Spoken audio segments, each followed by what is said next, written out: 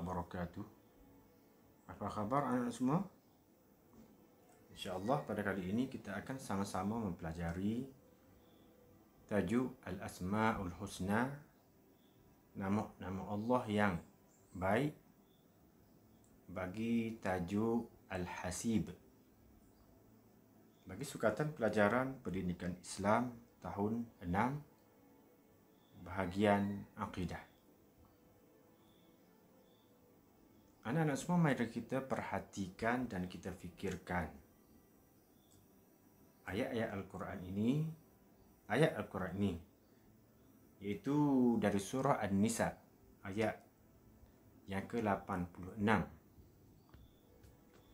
Wa idza huyyitum bi tahiyyatin fahayyu bi ahsana minha aw rudduha Inna Allah kana ala kulli syai'in hasiba. Maksudnya, dan apabila kamu diberikan penghormatan dengan sesuatu ucapan hormat, seperti memberi salam, maka balaslah penghormatan itu dengan yang lebih baik daripadanya. Atau balaslah dia dengan cara yang sama. Sesungguhnya Allah sentiasa menghitung tiap sesuatu. Jadi daripada ayat ini ada perkataan bagi tajuk yang kita akan pelajari pada kali ini, iaitu perkataan hasiba. Apa makna hasiba? Iaitu Allah sentiasa menghitung tiap sesuatu. Daripada ayat ini, Allah Subhanahu Wa Taala menggalakkan kita apabila kita diberi penghormatan dengan sesuatu ucapan hormat, seperti diberi salam, Assalamualaikum.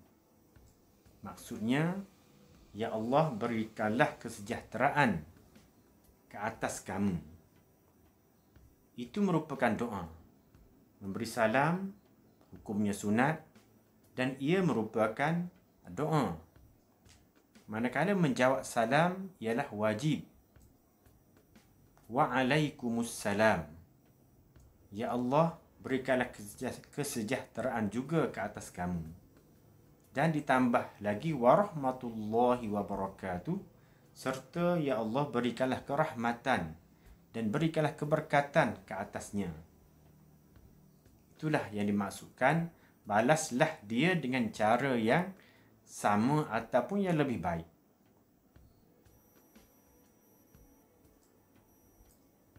Cara menjawab salam yang paling sempurna ialah wa'alaikumussalam warahmatullahi wabarakatuh. Jom sama-sama kita amalkan sentiasa memberi salam dan menjawab salam, kerana ia merupakan perbuatan yang disukai oleh Allah Subhanahu Wa Taala serta mendapat ganjaran pahala.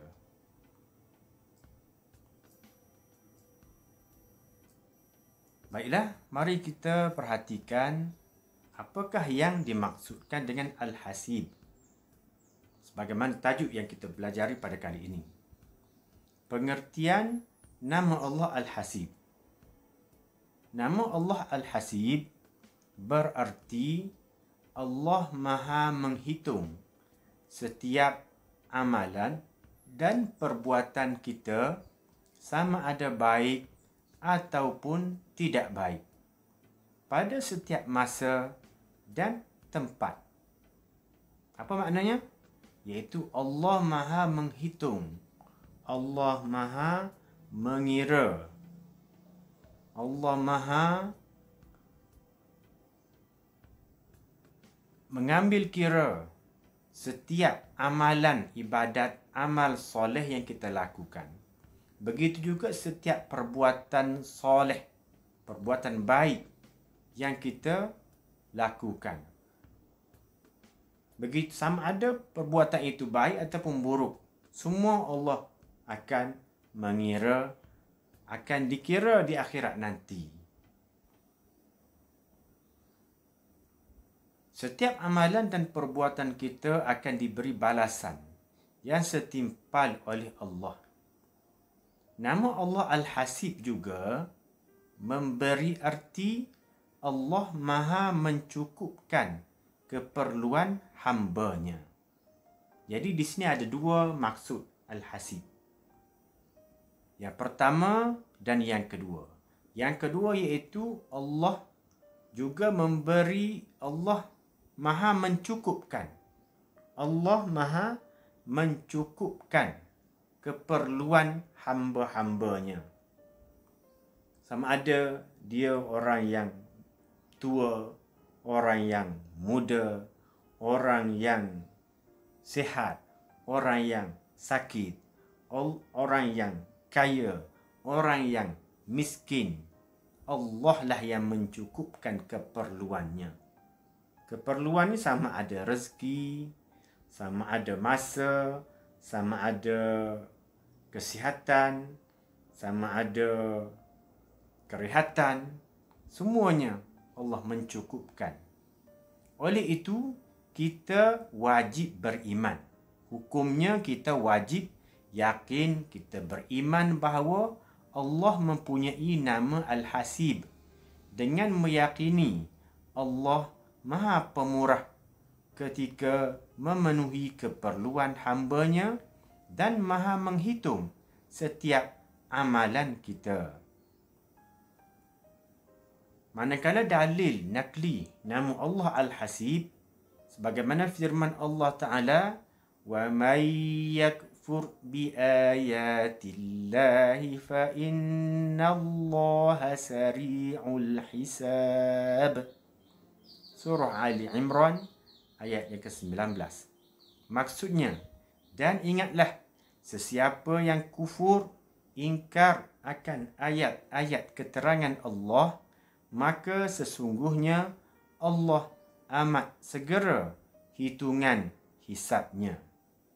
Maksud ayat di sini, sesiapa yang kafir, sesiapa yang fasik, sesiapa yang derhaka dengan Allah Subhanahu wa taala, mengingkari ayat-ayat Al-Quran, begitu juga yang dibawa oleh Nabi Muhammad sallallahu alaihi wasallam, maka Allah akan memberi balasan. Allah akan menghitungkan perbuatan dan percakapan dia itu. Jadi kita kena sentiasa menjauhi daripada kemurkaan Allah Subhanahu wa taala. Baiklah, seterusnya, apabila kita beriman, kita yakin, kita memahami apakah yang dimaksudkan dengan Al-Hasib, jadi terdapat beberapa kesan bila kita yakin dengan nama Allah Al-Hasib. Yang pertama, iaitu kita akan membanyakkan amalan ibadah. Kerana kita yakin bahawa Allah akan membalas setiap amalan kita. وَمَنْ يَعْمَلْ مِثْقَالَ ذَرَّةٍ خَيْرًا يَرَهُ.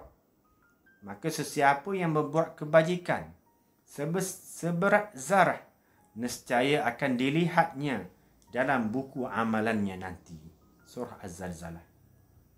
Yang kedua, bersegera melakukan amalan kebaikan.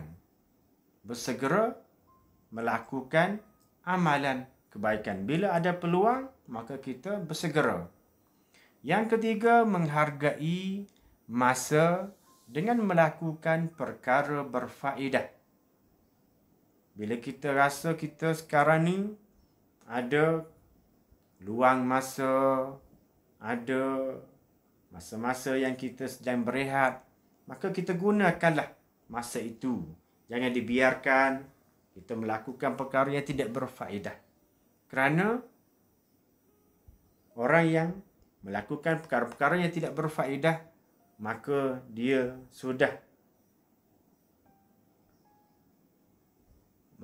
sudah membuang masa. Dia tidak menghargai masa yang Allah beri kepadanya. Yang keempat, iaitu meninggalkan maksiat, menjauhkan diri kita daripada maksiat, dosa yang dimurkai Allah Subhanahu wa taala. Yang kelima, bersyukur dengan segala pemberian Allah. Kita ingat setiap nafas yang kita sedu, mata kita dapat melihat, mulut dapat bercakap, telinga dapat mendengar, kita dapat makan, kita dapat minum, kita dapat berehat, kita dapat tidur, kita dapat bermain. Semua itu merupakan anugerah dari Allah Subhanahu wa taala. Maka kita kenalah bersyukur. Kita hendaklah, mestilah, wajiblah kita bersyukur dengan kita melaksanakan kewajipan seperti sembahyang 5 waktu, menutup aurat, berpuasa di bulan Ramadan, dan kita berzikir menyebut Alhamdulillah, Alhamdulillah, segala puji bagi Allah. Yang keenam, hidup disayangi Allah. Kesannya hidup kita akan disayangi Allah. Kita sayang kepada Allah, Allah sayang kepada kita. Mari kita tengok gambar di sebelah ini. Ketika murid ini sedang menaiki bas, dia tidak lupa untuk berzikir menyebut Allahu Akbar, Allahu Akbar, Allah Maha Besar, Allah Maha Besar, Allah Maha Agung. Yang kedua, membantu ibu bapa seperti melipat pakaian. Yang ketiga, menunaikan tanggungjawab sosial seperti mengadakan gotong royong, menyertai program gotong royong peringkat sekolah, peringkat taman, peringkat kampung. Yang keempat, iaitu membantu orang yang dalam kesusahan. Bila kita melihat saudara kita jatuh dari basikal, jatuh daripada basikal, kita pun menolongnya. Jadi marilah kita menghargai masa dengan melakukan kebaikan. Seterusnya, apakah bukti-bukti nama Allah Al-Hasib? Bukti, dalil ataupun tanda. Tanda-tanda bahawasanya Allah ini ada nama yang baik, iaitu antaranya Al-Hasib. Yang pertama, adanya hari kiamat, iaitu hari pembalasan untuk diadili perbuatan setiap manusia. Semua manusia di dunia ini akan mati. Yang sudah mati, yang akan mati, Allah akan membalasnya. Dikubur lagi, adanya malaikat Munkar dan Nakir menyoal siapa Tuhan kamu, apa agama kamu, siapa Nabi kamu. Seterusnya, apabila di akhirat nanti adanya hisab, iaitu timbangan amalan kebajikan dan amalan kejahatan. Sekiranya amalan kebajikan kita ini banyak dan berat, maka kita akan berjaya. Sekiranya dosa dan maksiat kita ini banyak daripada amalan kebajikan, maka kita akan menjadi orang yang rugi.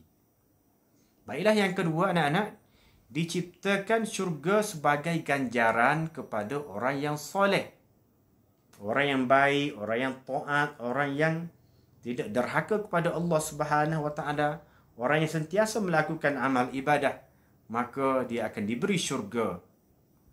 Baiklah, yang ketiga, diciptakan neraka sebagai balasan kepada orang yang ingkar, orang yang kafir, orang yang fasik, orang yang melakukan dosa.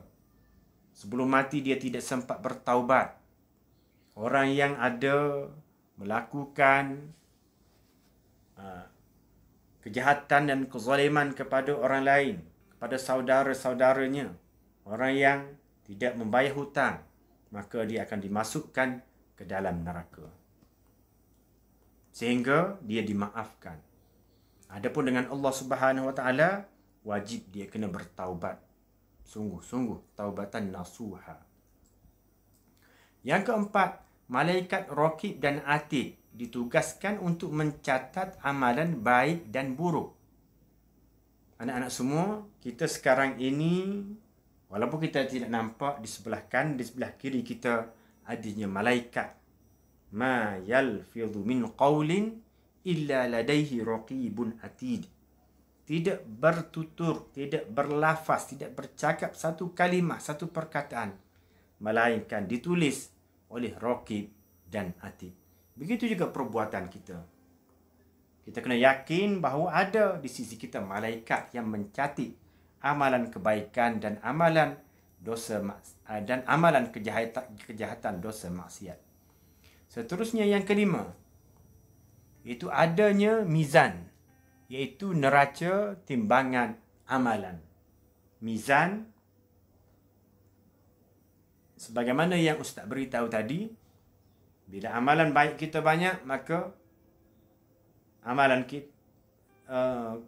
kebajikan kita itu akan menjadi berat, lalu kita pun akan selamat.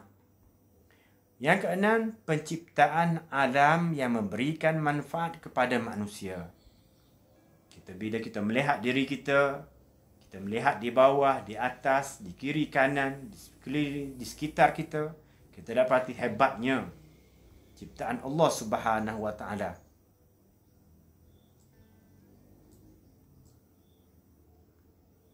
Allah berfirman lagi dalam maksudnya, dan sesiapa yang berbuat kejahatan seberat zarah, nescaya akan dilihat dalam buku amalannya.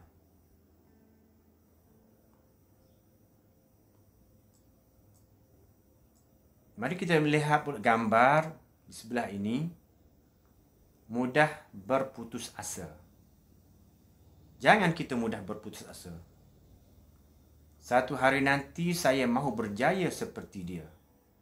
Jadi, bila kita melihat kawan kita berjaya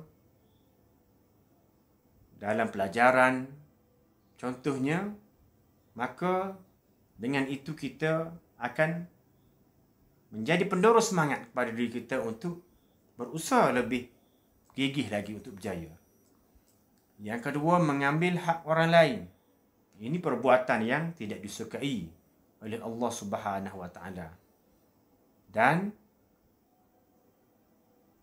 perbuatan ini akan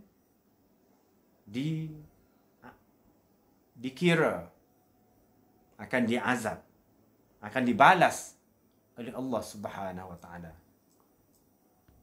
Kemudian kita melihat lagi gambar si ayah sedang membasuh kereta. Lalu dia meminta pertolongan daripada anaknya. Naim, mari tolong ayah. Sekejap lagi lah ayah. Yang tidak membantu ibu bapa. Kemudian seterusnya gambar ini menganiayai orang lain. Buat zalim. Melakukan kezaliman kepada kawannya dengan membuang angin tayar basikal. Jadi kita kena menghargai usia dengan menjauhi perbuatan dosa. Seterusnya, mari kita perhatikan pula cerita Uwais Al-Qarni. Kehidupan Uwais Al-Qarni yang diridai Allah. Uwais Al-Qarni seorang pemuda yang soleh dan rajin beribadah. Beliau tinggal di Yaman. Di mana Yaman? Di selatan Mekah. Hidupnya hanya untuk mencari redha Allah. Beliau mempunyai seorang ibu yang sangat tua dan lumpuh. Beliau memelihara dan menjaganya dengan sangat baik. Yang kedua, Uwais Al-Qarni sangat teringin bertemu Nabi Muhammad sallallahu alaihi wasallam di Madinah.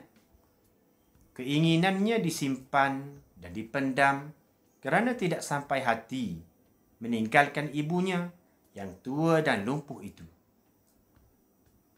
Yang ketiga, pada suatu hari, ibu, izinkan saya bertemu dengan Rasulullah. Kata ibu, pergilah wahai anakku, temui Rasulullah sallallahu alaihi wasallam. Apabila telah berjumpa baginda, segeralah pulang. Yang keempat, Uwais bersyukur dan meminta bantuan daripada jiran-jirannya untuk menjaga ibunya. Beliau segera bertolak ke Madinah yang terletak ratusan batu dari Yaman. Sesampainya di rumah Rasulullah SAW, baginda tiada di rumah kerana berada di medan perang. Yang kelima, Uwais sangat sedih kerana hajatnya bertemu Rasulullah SAW tidak tercapai. Beliau bergegas pulang ke Yaman sebagaimana dipesan ibunya. Sesungguhnya, keimanan Uwais terhadap nama Allah Al-Hasib membuatkan beliau berusaha menjadi anak yang soleh dan mentaati perintah Allah. Yang keenam, perbuatan Uwais Al-Qarni ini dipuji oleh Rasulullah SAW dan beliau dimuliakan Allah dengan menjadikan setiap doanya makbul. Setiap doa dia dimustajab, diterima oleh Allah Subhanahu Wa Taala. Beginilah kisah Uwais Al-Qarni, seorang pemuda yang kasih, taat dan menjaga ibunya. Rumusan, kita wajib beriman dengan nama Allah Al-Hasib dengan cara berhati-hati pada setiap perbuatan kita dan menjadi manusia yang bersyukur.